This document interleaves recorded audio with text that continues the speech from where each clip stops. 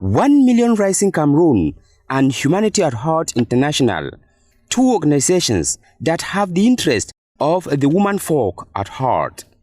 Liaising for the good of the woman, these women turned out to participate in self-care and rising gardens.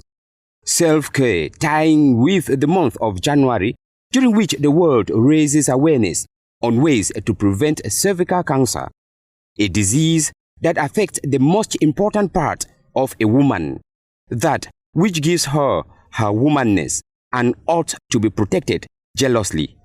Women of all structures of life were invited for this event because it concerns women. Cervical cancer concerns women, rising gardens concern women, and women are 90% of the people that produce what we eat.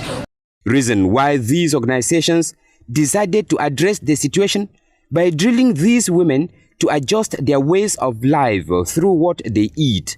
This year we took rising gardens because we need to come up with different ways of cultivating our crops and living a good life in terms of eating.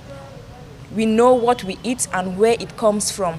And today participants will be going back home with flower pots. Each participant will be going back with flower pots in which mint has been planted by themselves. And after 2 months, we'll get the results from them. With a majority of these women being affected, living mostly in cities, the idea of growing what they consume on very little spaces like buckets is to overcome the scarcity of cultivable land. 1 Billion Rising is an international organization represented in more than 200 countries that fight against violence on women through sensitization.